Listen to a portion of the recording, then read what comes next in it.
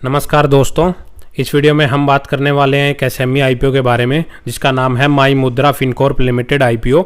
यह आईपीओ की अगर हम बात करें तो यह मेनली 5 से 9 सितंबर के बीच में खुला हुआ है। इस आईपीओ का जो प्राइस बैंड रखा गया है वो 104 से 110 रुपये पर शेयर का रखा गया है और एक लॉट में आपको 1200 शेयर मिलेंगे।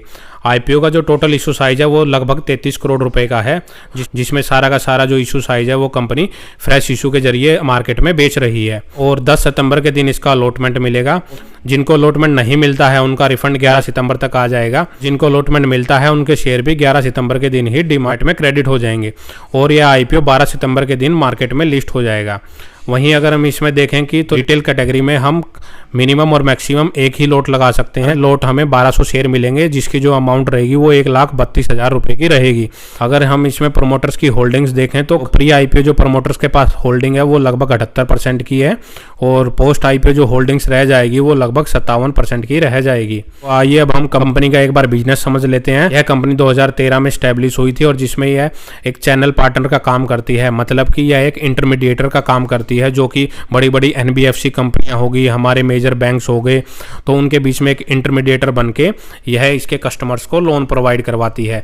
अगर इसका ये देखें कौन कौन से कंपनी लोन प्रोवाइड करवाती है, उनमें यह होम लोन, प्रॉपर्टी के अगेंस्ट में लोन और कुछ अनसिक्योर्ड और पर्सनल लोन भी यह प्रोवाइड करवाती है और कुछ क्रेडिट कार्ड्स के जो क्रेडिट कार्ड से रिलेटेड जो पर्सनल लोन होते हैं वो भी ये कंपनी प्रोवाइड करवाती है। अगर हम कंपनी के एम्प्लॉय की बात करें तो कंपनी में फिलहाल टोटल 143 एम्प्लॉय हैं। आइए अब हम कंपनी के फाइनेंशियल देख लेते हैं। अगर हम कंपनी के फाइनेंशियल की बात करें तो ये सभी लाख में दिए गए हैं, तो मैं आपको उसको करोड़ में कन्वर्ट करके मैं आपके साथ शेयर करूंगा। अगर हम कंपनी के रिवेन्यू की बात करें तो 2022 में कंपनी का जो रिवेन्यू था, मार्च 2022 में वो 28 करोड़ था, फिर बढ़ के वो 53 करोड़ रुपए हो गया और 2024 में वो बढ़ के 71 करोड़ रुपए तक पहुंच गया है। तो कंपनी का जो रिवेन्यू है वो कंटिन्यूसली इंक्रीज कर रहा है और कंपनी के रिवेन्यू में पिछले साल के मुकाबले 33% की बढ़ोतरी है। वहीं अगर हम कंपनी का प्रॉफिट आफ्टर टैक्स देखें तो 2022 में कंपनी का जो प्रॉफिट 46 लाख रुपए था वो 2023 में बढ़ के लगभग 3.5 करोड़ रुपए तक पहुंच गया है और 2024 की बात करें तो कंपनी का प्रॉफिट लगभग 8.5 करोड़ रुपए के आसपास पहुंच गया है। तो इसको अगर प्रॉफिट को हम साल दर साल कंपेयर करें तो कंपनी के प्रॉफिट में 141% की बढ़त नजर आ रही है। तो कंपनी का प्रॉफिट लगातार बढ़ रहा है, मतलब कंपनी कंटिन्यूसली रिवेन्यू के साथ साथ कंपनी का प्रॉफिट भी ग्रो कर रहा है। अगर हम कंपनी के पास रिजर्व देखें तो कंपनी के पास फिलहाल लगभग 16 करोड़ रुपए के रिजर्व हैं और कर्जे की बात करें तो कंपनी के ऊपर फिलहाल 9.5 करोड़ रुपए का कर्जा है।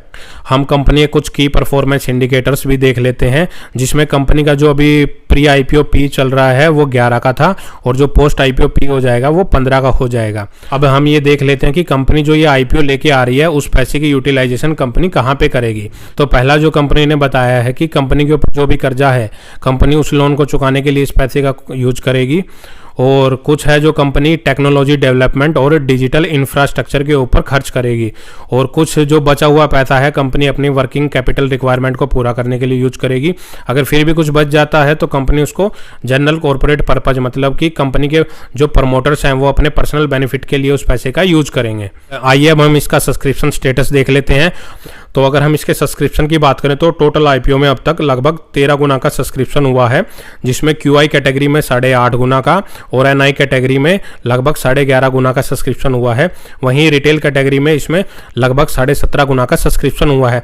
ओवरऑल देखें तो आईपीओ में लगभग 13.5 गुना का सब्सक्रिप्शन हो चुका है। तो वहीं अगर हम इसका ग्रे मार्केट प्रीमियम देखें, आज की डेट में आईपीओ का जो ग्रे मार्केट प्रीमियम चल रहा है वो 40 रुपए का चल रहा है, जो कि टोटल 36% के आसपास है।